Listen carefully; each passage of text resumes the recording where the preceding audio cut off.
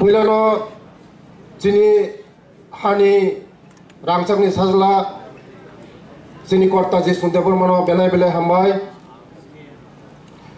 श्री जिष्णु देवबर्मा एकजन उच्च व्यक्ति सम्पन्न मानुष এবং বিজ্ঞ রাজনীতিবিদ।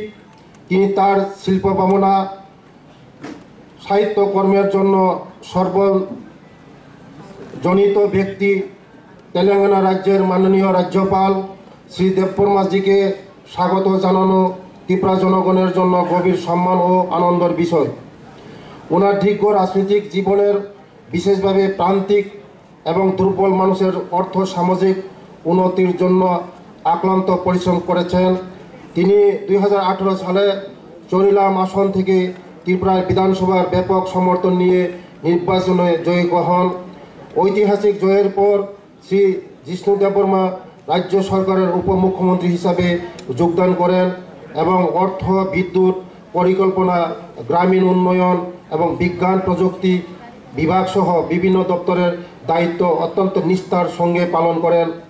রাজ্যের উপমুখ্যমন্ত্রী হিসাবে তিনি রাজ্যের নীতি নির্ধারণ ও বিভিন্ন কর্মসূচি বাস্তবায়নের উল্লেখযোগ্য অবদান রেখেছিলেন।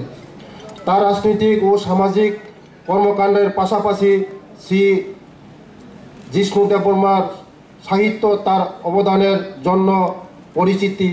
তিনি একজন কবি এবং গত মাসে প্রকাশিত তার সাম্প্রতিক স্মৃতিকথা views review and my poems সহ বেশ কয়েকটি বই প্রকাশ করেছেন। তার সাহিত্যকর্মগুলি অভিজ্ঞতা ও দৃষ্টিভঙ্গির অন্তর্দৃষ্টি প্রদান করেন।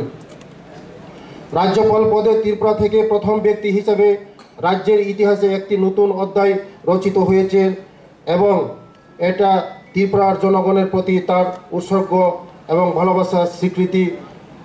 আমরা ওনাকে গভীর শ্রদ্ধা করি এবং ওনার দেখিয়ে যাওয়ার রাস্তায় জনগণের উন্নয়ন অনুপ্রেরণা পাই। রাজ্য সরকারের জনজাতি জনগোষ্ঠীর অর্থ সামাজিক উন্নয়নের লক্ষ্যে বিশেষভাবে সচেতন এবং জনজাতির উন্নয়নমূলক কর্মসূচিকে সার্বিক গুরুত্ব সহকারে বাস্তবায়িত করে চলছে। নতুন নতুন প্রকল্প হাতে নেওয়ার পাশাপাশি জনজাতি উন্নয়নের বিভিন্ন চালু প্রকল্পগুলিকে পর্যালোচনা করে সময় ও পরিবর্তিত পরিবেশের সাথে তাল মিলিয়ে আরও বাস্তবমুখী করে তোলা হচ্ছে। রাজ্য সরকার ত্রিপুরা জনজাতিদের সর্বোপরি উন্নয়ন নিশ্চিত করতে প্রতিশ্রুতিবদ্ধ। এই উদ্দেশ্যকে মাথায় রেখে জনজাতিদের শিক্ষা, স্বাস্থ্য, পুষ্টি, স্যানিটেশন, পানীয় জল এবং জীবিকাকে কেন্দ্র করে মুখ্যমন্ত্রী ট্রাইবাল ডেভেলপমেন্ট মিশন নামে এক প্রকল্প প্রণয়ন করা হয়, যা গত 15ই নভেম্বর 2023 সালে জনজাতি গৌরব দিবসে চালু করা হয়। রাজ্যের জনজাতি অংশের পরিবারগুলিকে বিভিন্নভাবে সহায়তা প্রদান করা এবং তাদের অর্থনৈতিক উন্নয়নকে আরও ত্বরান্বিত করার লক্ষ্যে মুখ্যমন্ত্রী জনজাতি বিকাশ যোজনা চালু করা হয়। এই প্রকল্পের জন্য জনজাতি পরিবার, AOI, PG, ST হোল্ডার হাউসহোল্ডকে 25,000 টাকা করে আর্থিকভাবে সহায়তা করা হয়। ত্রিপুরার জনজাতি সম্প্রদায়ের অর্থ সামাজিক উন্নয়নের জন্য বিশ্ব ব্যাংক এবং অর্থায়নের বিভিন্ন ক্ষেত্র যেমন কৃষি, বাগিচা, পশুপালন, মৎস্য চাষের মাধ্যমে একটি দীর্ঘমেয়াদী প্রকল্প হাতে নেওয়া হয়েছে। জনজাতি অধ্যুষিত ব্লকে যোগাযোগ অর্থনৈতিক সার্বিক উন্নয়নের জন্য প্রায় 1400 কোটি টাকা লোন এগ্রিমেন্ট 20 মার্চ 2024 থেকে কার্যকর হয়।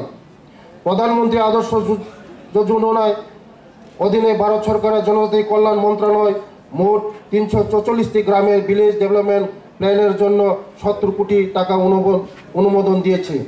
ইতিমধ্যেই ভারত সরকার 42.73 কোটি টাকা প্রদান করেছে এবং গ্রামগুলির উন্নয়নের কাজ চলছে। বর্তমানে ত্রিপুরা রাজ্যের বিভিন্ন জেলাতে 84টি বনধন বিকাশ কেন্দ্র গুচ্ছ প্রকল্প স্থাপন করা হয়েছে, যেগুলির মাধ্যমে ঝাড়ু, আমলকি, তেঁতুল, গন্ধকি ইত্যাদি মতন গৌণ বনজ দ্রব্য সংগ্রহ করা এবং ভ্যালু এডিকশন এর মাধ্যমে কার্যকর করা হয়েছে। মোট 18,440 জন বেনিফিশিয়ারি উপকৃত হয়েছে।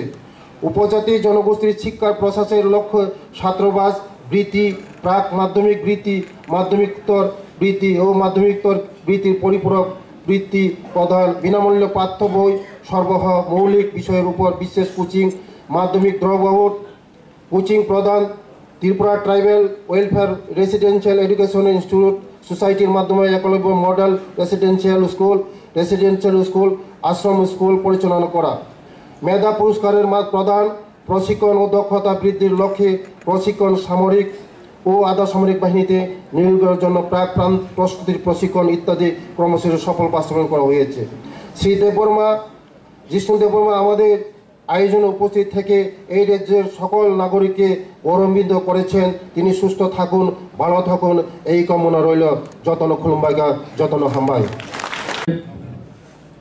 সবার প্রিয় তেলেঙ্গানা রাজ্যের মাননীয় রাজ্যপাল শ্রী জিষ্ণু দেববর্মা মহোদয়, আপনি এই রাজ্যের ভূমিপুত্র এবং ত্রিপুরা রাজ পরিবারের কৃতি সন্তান।